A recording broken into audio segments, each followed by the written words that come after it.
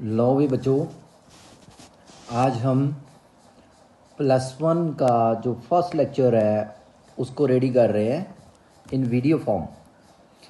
तो +1 का जो फर्स्ट टॉपिक है वो क्या है? Physical world.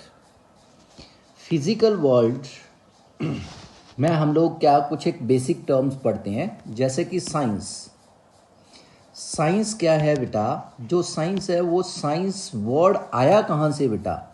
ये एक लैटिन वर्ड से आया जिसको क्या बोलते हैं? साइंटिया। साइंटिया का मतलब है to know. To know means knowledge. तो साइंस से हमें सीधा सीधा पता चल गया बच्चे कि क्या? नॉलेज। तो साइंस क्या चीज़ है? नॉलेज। क्या चीज़ है बेटा? नॉलेज। जैसे हम लोगों ने पहले भी डिस्कस किया था, ज्ञान एंड विज्ञान। जो ज्ञान है वही क्या है? विज्ञान की फॉर्म में आता है। विज्ञान ज्ञान के बिना कुछ नहीं है, लेकिन जो ज्ञान होना चाहिए वो कैसा होना चाहिए? Systematic and organised. कैसा होना चाहिए? Systematic and organised. और वो कैसे हम ज्ञान गेन करेंगे, मीन्स नॉलेज गेन करेंगे? Through observations, experimentations and verifications. तो साइंस क्या होगी बेटा? It is the systematic and organised knowledge gained through experimentations, observations, experimentations and verifications। तो ये हो गया हमारा वर्ड साइंस। और अगर कोई पर्सन अपनी नॉलेज जो उसने गेन कर रखी है, अगर उसको सिस्टमेटिक एंड ऑर्गेनाइज्ड वे में यूटिलाइज करता है, तो हम क्या बोलते हैं उस पर्सन को? साइंटिस्ट। तो साइंटिस्ट तो हम सारे के सारे ही है, क्योंकि हम सभी अपनी नॉलेज को सिस्टमेटिक एंड ऑर्गेनाइज्ड वे में ही यूज़ करते हैं मोस्टली। तो इसका मतलब हम बचपन से ही क्या है? साइंटिस्ट। हर एक इंसान में, हर एक बच्चे में बेटा एक साइंटिस्ट है। तो कोई भी अपने आप को साइंटिस्ट से कम नहीं समझेगा। इसके बाद है बेटा साइंटिफिक मेथड्स। साइंटिफिक मेथड क्या चीज़ होगी बेटा? The procedure including systematic observations. देखो, जब भी हम लोग कोई भी काम करें या किसी भी चीज़ की नॉलेज हमें गेन करनी है, तो उसमें जो प्रोसीजर हम यूज़ करते हैं, लाइक सिस्टमेटिक ऑब्जर्वेशंस। देखो, किसी भी चीज़ की नॉलेज गेन करनी है तो हमें क्या चाहिए? Systematic observations. फिर हम उसका क्या बना लेते हैं? मॉडल। फिर हम उसके बारे में क्या करते हैं? प्रेडिक्शंस। फिर हम उसके ऊपर क्या करते हैं? एक्सपेरिमेंट। फिर उसको क्या करते हैं? Verify.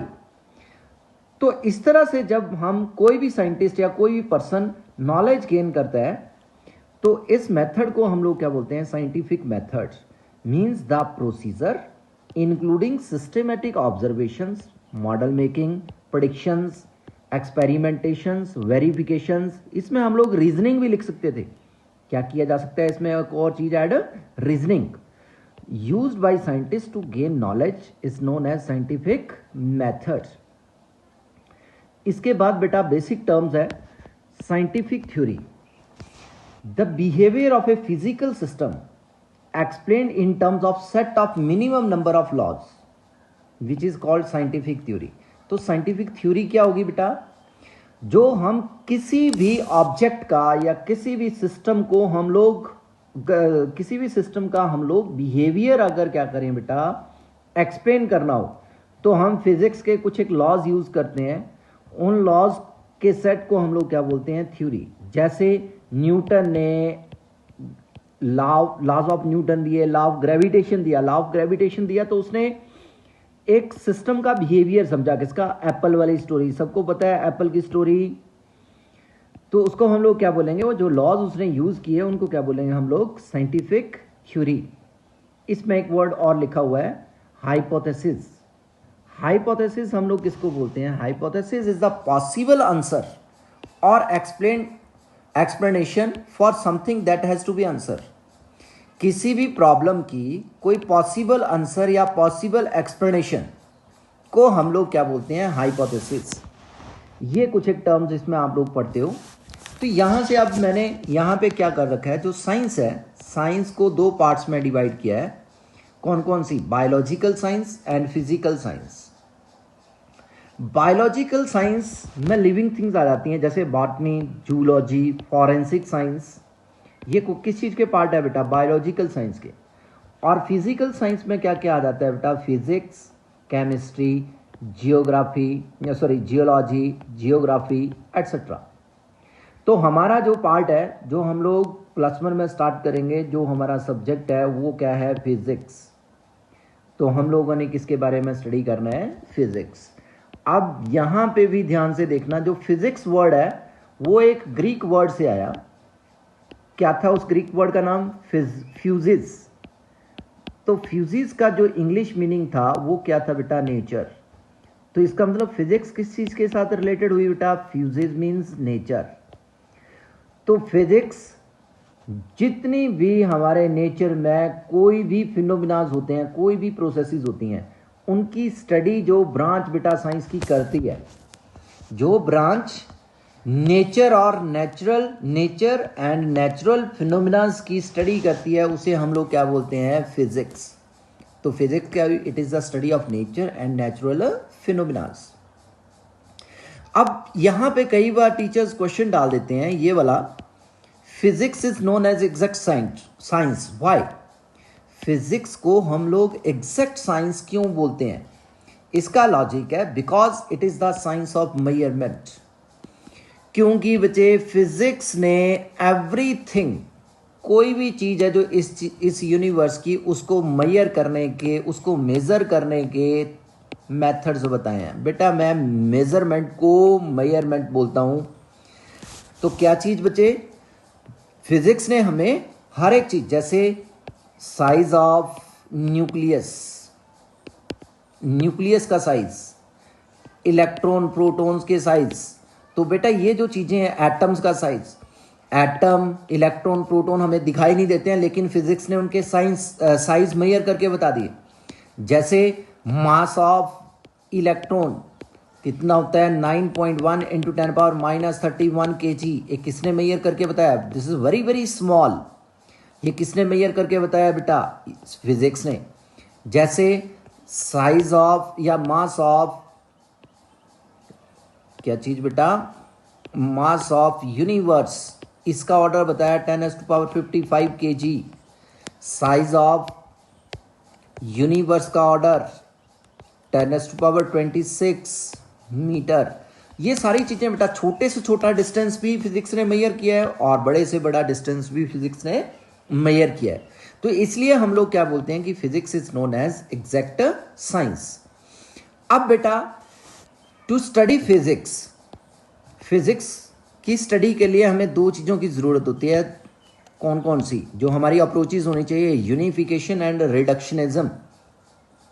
Unification and reductionism are the two approaches in studying physics. अभी यूनिफिकेशन क्या होती है? यूनिफिकेशन, इसके नाम से, ये नाम ही कुछ बता रहा है, यूनिफिकेशन का मतलब है कि हम सबसे पहले तो बेटा जो ये यूनिवर्स है वो 4 फंडामेंटल फोर्सेस पे वर्क करता है। कौन सी फंडामेंटल फोर्सेस? 4 fundamental forces. कौन कौन सी होती है? ग्रेविटेशनल फोर्स,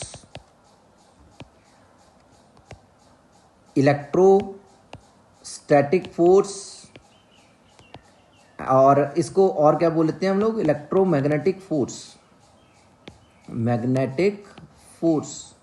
और third one strong nuclear force. और fourth one weak nuclear force. तो ये हमारी कोशिश होती है कि ये जो 4 फोर्सेस है, इन सब का रोल सेम ही हो और इनका ऑरिजिन सेम हो। इस अटेम्प्ट को हम लोग बोलते हैं, हमारी इस कोशिश को हम लोग क्या बोलते हैं? Unification. So it is the attempt to reach at the conclusion that all the fundamental forces existing in nature have same origin.